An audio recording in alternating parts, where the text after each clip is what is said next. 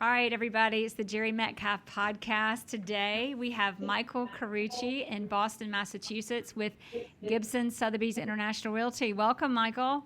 Good morning, Jerry. Good to have you here with us. So we are talking to the number one real estate agent and slash broker in New England. He's in the top 3 in the state. He's in the top 25 in all of Sotheby's International Realty.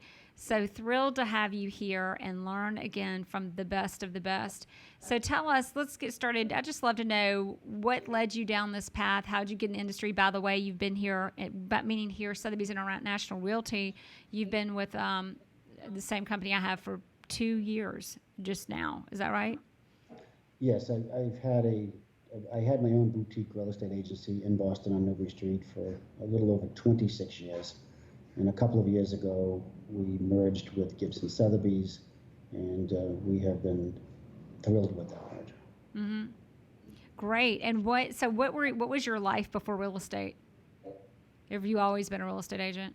I have, yeah. I started at a very young age. I was living in an apartment in Boston, waiting on tables, and my landlord, who was a real estate developer, said, "Go get your real estate license and sell some of my real estate," and I've never looked back. You said, "Yes, sir," and you did it. I love it. So, yeah. And did you know that when you did that? Were you just kind of like taking opportunities as they presented themselves, or did you have something in mind? Or give us take us there for a minute. What was that like? Where were you at the time, and how did you get such momentum that you've got now? Well, I always knew I would land in sales in some capacity. That's the first thing. Second thing was I always knew that it would be something I would have to be interested in to be good at. I wasn't very good in school at subjects I didn't like, and I was extraordinarily good in subjects that I did like. So I knew taking that into the sales world, it would have to be a commodity that I really enjoyed. And I loved real estate at an early age. I loved architecture at an early age. And, there's an expression, I worked hard at being lucky. At the beginning of my career, I was in the right place at the right time. I delivered, however, and the rest, we just moved along every year. Oh, it's like, what is the saying? Opportunity comes to, or lucky people are those who are presented it or with opportunity. Now I can't remember, but it's something about being lucky and being prepared when opportunity presents itself. I just can't get it out in the right order. So we like to say, I work hard at being lucky. Exactly. Don't we all? Exactly. And the harder you work at being lucky, somehow the luckier we get. So as you've been a real estate agent, we were talking a little bit before we officially began this interview about something you're really good at is managing client relationships.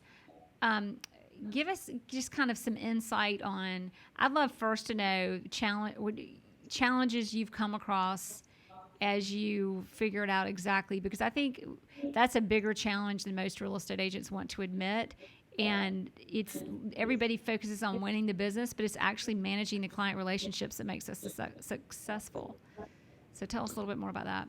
I couldn't agree more. We are really fixated on managing client relations, and we look at it as real estate is just the core commodity in those client relations. But I can tell you some of our largest past sales, if you were to ask the client about the sale, it wouldn't be the actual sale that they remembered. It would be about things that had nothing to do with the sale, but that was more important in the transaction. And we like to say that our job starts at the closing, where most real estate agents would think that their job stops at the closing. It reminds me of a Tony Robbins quote: "If you treat the end of a relationship like the beginning, it will never end." Well, I've never heard that, but I certainly... Well, you just said it. And I actually just happened to come across that. So it's kind of funny how those things happen. But tell us this. I'm going to get back into managing these client relationships, but what were some of your biggest challenges or getting into the business, or as you came in, what did you come to find about this business that you didn't expect? That I did respect? That you did not expect. Everybody has an image. Everybody thinks they know what this is like, and most of the time we find out it's nothing like what we expected. No, it's not an easy industry. I think that the barriers of entry are very small, and I think that's problematic. I think anyone can call themselves a real estate professional by going and spending some hours in a classroom getting licensed, and lo and behold, you're a real estate professional. In Massachusetts is especially lenient and easy to get licensed, and I think in general that hurts the industry. They're probably not the best respected industry out there. I'd like to say that we're a couple of notches above the used car salesman, but that's if you make this business what you want, and we just look at it like, if this is what our competition is, this is going to be easy. Exactly. Everybody says it's a very competitive industry, but when the competition is what it is, it like you said, brings its challenges, but it also brings lots of opportunities. So coming into this, what was one of the biggest challenges you faced as you got into the business? Well, it's a tough business. Any time that you're in an industry where 20% of the people do 80% of the business, I think that speaks volumes. And that goes back to the easy, no barriers of entry. Anyone can call themselves a real estate broker, especially in robust markets. We make it look easy. It's not easy. So I think a lot of the challenges when you are a professional and this is your livelihood is, getting past the image of real estate brokers, of what real estate brokers are, and our clients, especially our HNW clients, really pick up on that right away, and they notice it, and they respect us. And that's really helped us over the years. You said H&W clients? High net worth. High net worth clients. Okay. Yeah. So tell me this, what do you think, can you articulate what it is that the difference is? I mean, we all have our assumptions, and I have in my head exactly what that is, but articulate for you, what has that been, if you have any stories or examples you can give us? Well, I think each individual market is different with its challenges. I've been fortunate enough to be in the Boston market on the same street, Newbury Street, which is probably one of the most famous streets on the East Coast, selling very expensive real estate. And with that, you get a little spoiled. I mean, we sell parking spaces for $350,000, and you can go into some markets where, that'll buy you a nice 3-bedroom home in a nice community. So, the challenges, again, there's too many brokers trying to chasing the same amount of business. And, it doesn't bother us. We've been doing it long enough. We're confident. I love it. Well, you have quite the track record. I mean, you've been in the business so long now that you have quite the track record.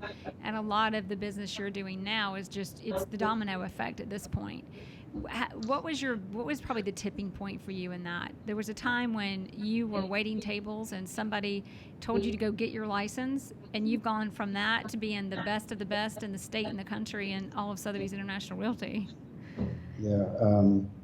I know we don't have a lot of time, but the funniest story was when I actually got my license and started working, and I had been in the business a couple of months, hadn't sold anything, and I finally got my first lead. Now, remember, this is back before the internet, I'm showing my age, back before cell phones.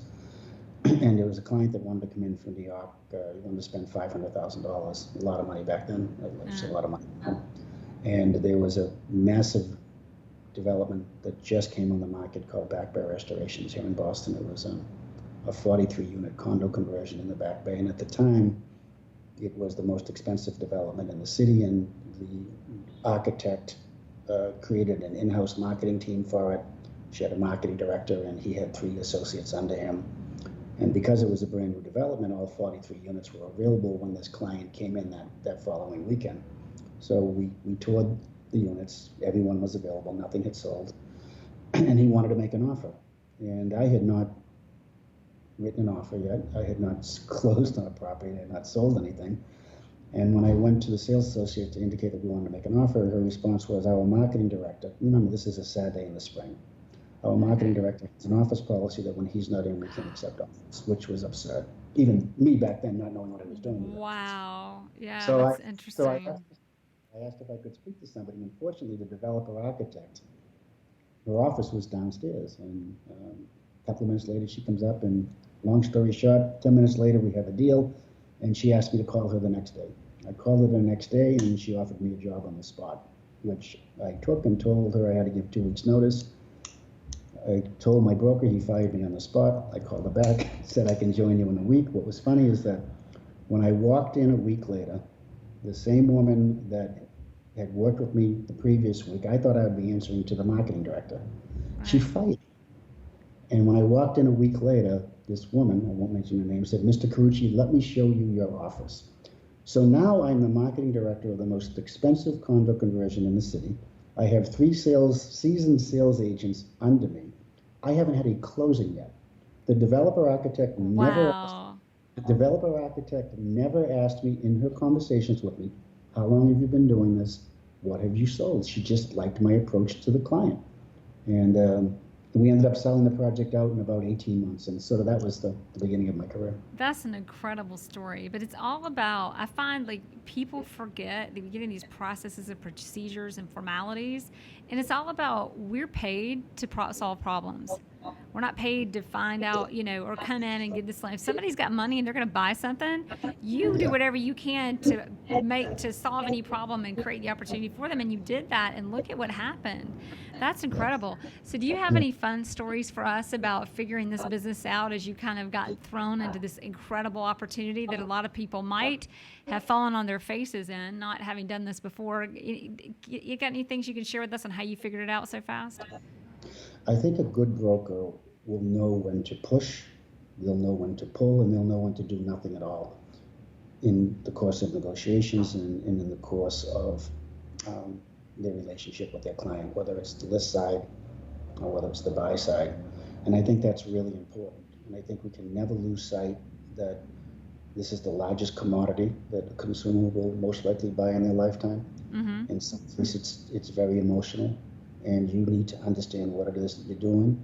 And once you understand it, it gives you a better idea of how you should manage it.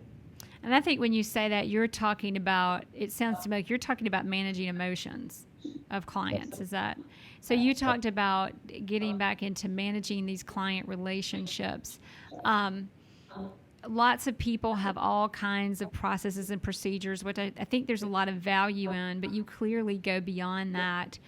Do you have anything you can share with us on, well, obviously you broke into the business by managing relationships, and now you continue to focus on managing relationships throughout your business.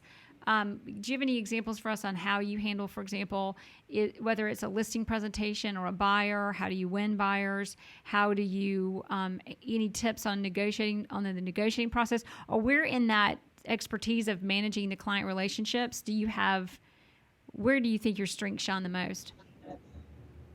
Go the extra distance, do what's not expected of you, do things that have absolutely nothing to do with the transaction, but everything to do with the transaction.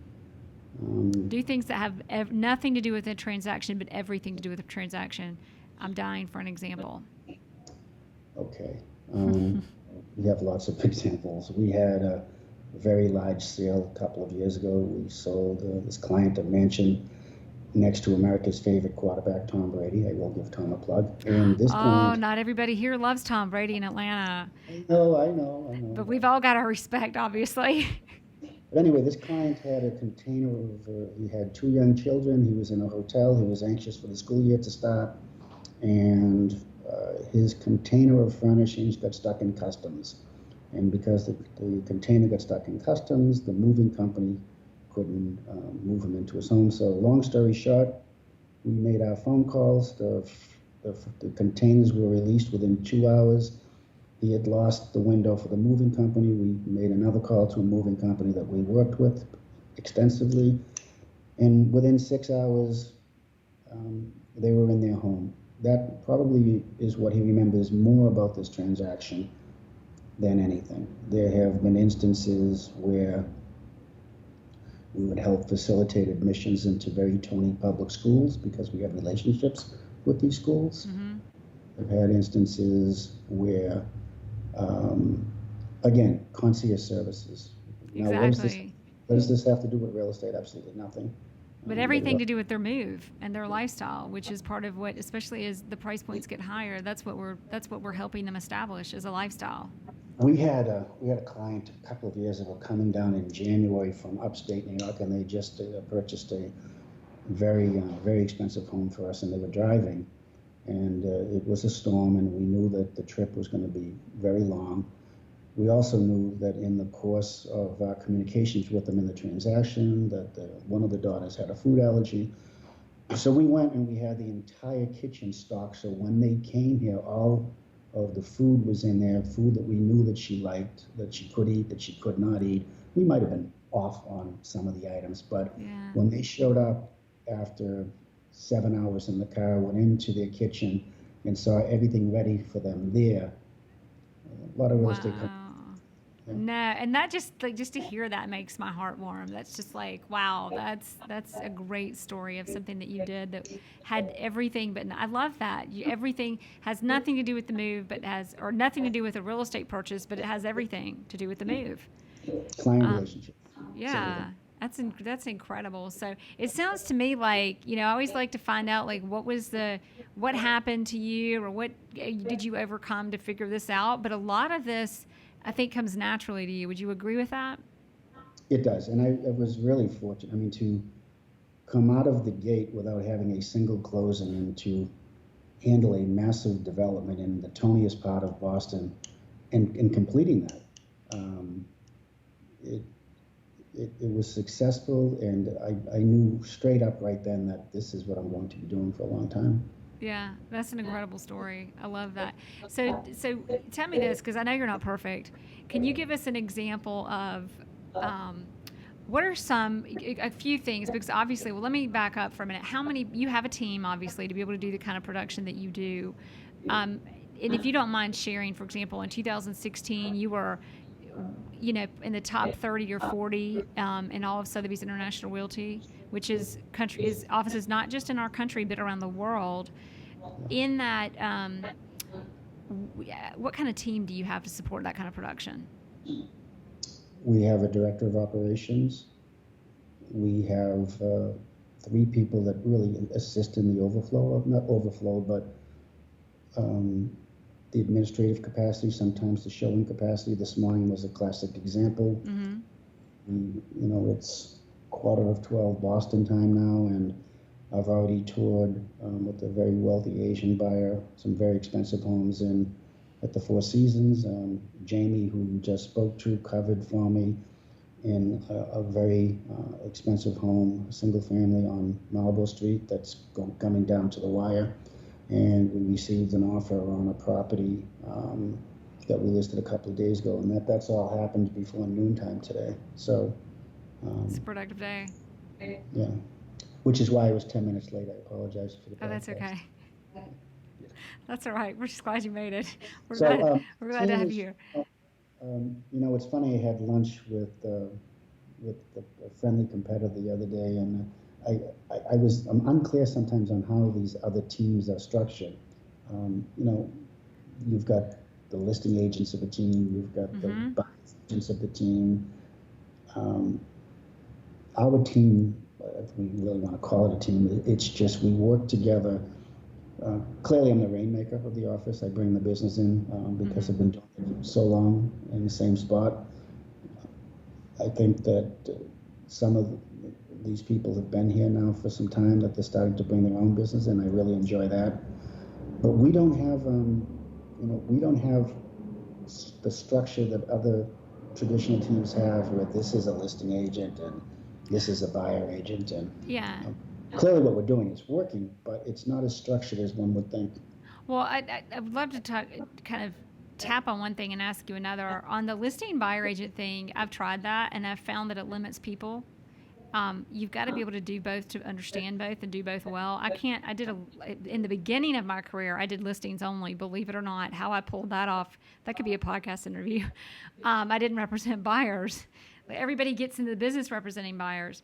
But I found doing the listings, especially as I started selling more and more expensive homes, that I wasn't representing my sellers well enough because I didn't understand the buyer's perspective or the buyer's agent's perspective to do a good job of because negotiating is not an argument, it's aligning. Well, I didn't have enough to relate to. But so that's just to your point, is I don't know if it's an opinion, but I agree that I tried that avenue and it didn't work. for me, and I do believe the higher the price point, the more the client expects, and the more value we need to have, and we get that by not just doing one side or the other of a transaction. But on that, how many people are you've got? Is it 5 on the team total, or how many total? Four. Okay. And we use sort of a common sense approach to who we bring into what transaction. And almost every deal that I do has an account executive assigned to it. And that the executive assigned to it, there's usually a reason for it. Maybe it's them being familiar with the product, them being familiar with the area of the product.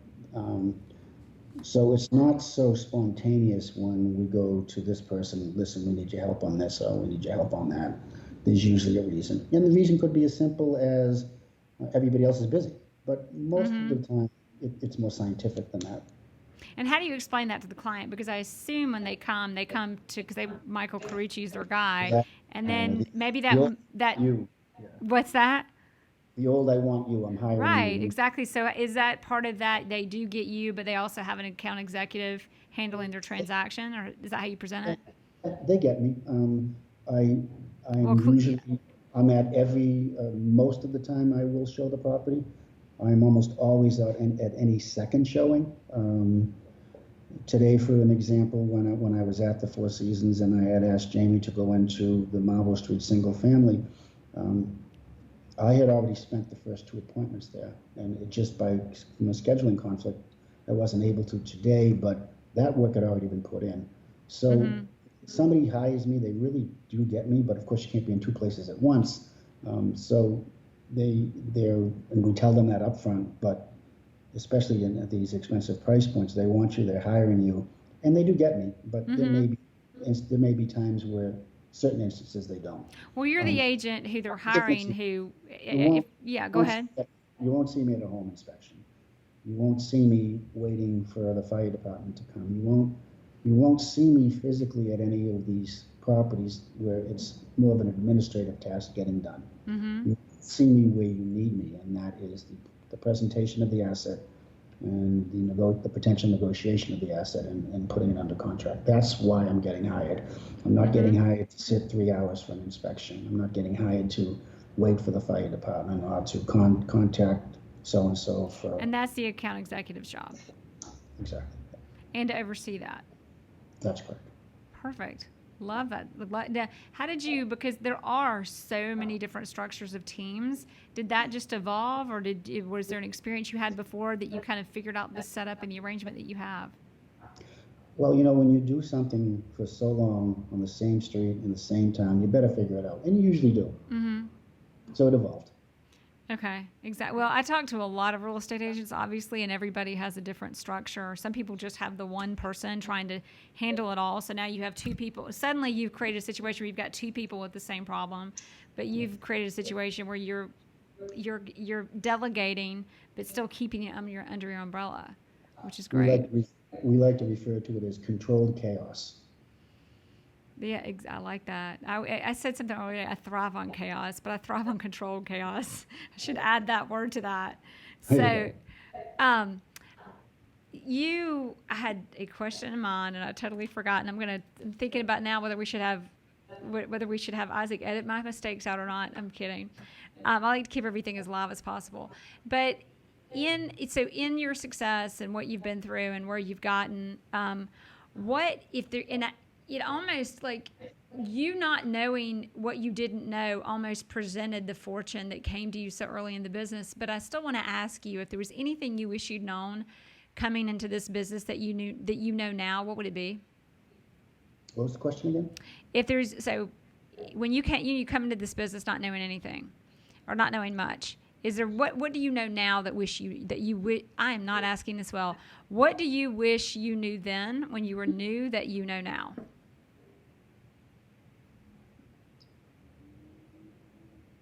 How cutthroat it was, how incestuous it was. You sure? Because you may not have ever done it. Yeah. And the discipline to rise above that, just because people conduct themselves in a way that's not necessarily ethical or morally correct, that doesn't mean that you get in the gutter with them. You need to march to your own mantra. I mean, I just look at it a little bit differently. If this is how people behave and this is our competition, then this should be easier for us. And I commend, when I see good competition, I just look at it like this. You make our industry look good, and then there needs to be more people like you. So well said, because I've said what you said, and I could not agree with you more in your statement of that. And I always think, though, in what you said, there is a little bit of a connotation with our industry. Not everybody, we don't get everybody's respect off the bat when we tell them what we do, especially if they don't know us. But I would say, on the same note, for me, it has built a level of character and life experience that has made me more of who I am, that I enjoy being now, that I never would have had I not been in this industry. Would you agree with that? Absolutely. And another thing that we are incredibly blessed by, and that is some of the friendships that have developed because of what we do. I can't tell you over the years some really strong, deep friendships that came about initially by representing them. Exactly. And I always talk about the privilege that we have of the relationships that we develop and the friendships that we develop on the level with our clients that I couldn't have gotten had I decided to stay home with the kids. And I love the kids, love doing that, but it just brings such an element of fulfillment that we couldn't have otherwise. Even the way we met in Santa Barbara through a group of agents that we know well, and we didn't know one another yet, and now we get to know one another. And I'll see you in Vegas, by the way. It's the Sotheby's International Realty event.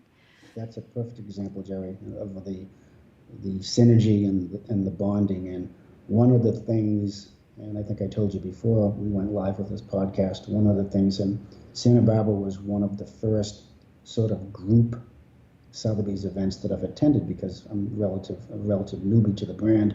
Mm-hmm. And as I sat in that room in Santa Barbara looking at the 40 top Sotheby's agents globally, I thought to myself, look at how the professionalism here, and I can tell you the number of small things that I pulled out of that conference that you would never learn in any textbook. You're exactly right. And that came out in that room. It's incredible. Yeah. It's a pretty incredible opportunity. So I usually have some questions I go off of, and I want to make sure I don't miss any that I had in mind for you. What is, I've got a few, just picking one. What is your most effective tool? Is it CRM? You can't include the cell phone. That doesn't count because I think that's it. But other than our phones, what is your favorite or what do you think is the most effective tool in our business? Whether it's a CRM, whether it's an app, whether it's something you use to build business, a strategy that you use. Well, the most effective tool is communication with your client, whether it's a listing or a buyer. So is not, and it's changed. I mean, my first cell phone cost almost $4,000. It was the size of a shoebox, and you lost a call every. So you had one of those, 15 right? Minutes. What's changed, not just in our industry, but in any industry, especially in the sales process, is the process of which you get to closing. Mm-hmm. So now, you've got text messages, you've got emails, you've got phone calls. Back early in my career, there was two of those didn't exist, mm-hmm. text and email. So it was always on the phone. It was always communication. And when you're on the phone and you're communicating, there's emotion there. Mm-hmm. You don't see emotion in emails. I mean, you can in certain ways you write them or in text messages. So I think, especially somebody my age, we needed to adapt to changing society, mm-hmm. and how we do our job. And so I generally like to respond to somebody the way that they approach me. If somebody calls me, I'll call them back. If mm-hmm. somebody calls me, I'll email them back. If somebody texts me, I will text them back. But when it comes down to the wire, and whether it's something that I think is very important, I'll always say, what time can we talk? It's much more effective. That's great advice. I'm not a scripter, by the way, but I'm going to bring this up because that's kind of that would almost be a script, is what time can we talk when something comes up on a text that you can tell is going to be intense, that needs to be a discussion. But I was at a conference with agents all over the country, and everybody went around and had these scripts, and I'm like, whatever, I'm a believer in listening, not being a scripter. Especially our clients know the difference, especially the more successful they are. But one that was very similar to that was when clients do occasionally, when we're selling expensive homes, it can get emotional and clients might get frustrated with the pricing or some situation at hand, and they start talking. And one of them said, my script is tell me more. You know, when they're going and they've got a lot to say about a situation, tell me more. Because a lot of the key into it is listening. And it comes back, I say all of that to reiterate back to exactly what you're saying. I think that's great. Is what's the best tool? Listening to our clients, maybe. That would be one. So go ahead. Certainly listening more than you talk. Exactly, which can be challenging, especially for people like me who love to do podcasts. What is a book that you would recommend to be a better agent or even just a better person? Well, I love Malcolm Cadwell. Tipping Point's an amazing book. Adam Gant came out with a book that I really enjoyed called Give and Take. I think that's an exceptional book. Okay. Any motivational books, there's some that are very good, some of the old staples you can read a couple of different times. But I also think that you mix it up too. Enjoy yourself, decompress. I think it's really important with what we do at a very high level not to burn out. And it's critical to create me time. Like I have a system. I'm usually up between 4 and 5 o'clock in the morning. And I consider that me time. So from 5 to 8 or 8:30, it's, you do a system, you go to the gym, routine is so critical, and good habits are so critical. And there are a handful of people I know I can call them at 6 o'clock in the morning and I'm not waking them up. So it's important to invest in yourself and to make time for yourself, because if you don't, this whole exercise is going to be more like a sprint and not a marathon. Exactly. I love that. So my last question for everybody is always, what is the one thing that you want everybody to take from this interview? I think that might be it. But if there was anything else you would want to add to this, what would it be? Be true to yourself. Treat people the way that you want to be treated. And look at every relationship like it's your only one. That's incredible. Thank you. Love it. Simple, to the point, and that's exactly why you're so successful. Thank you, Jere. Michael, thank you so much for this interview. This has been great.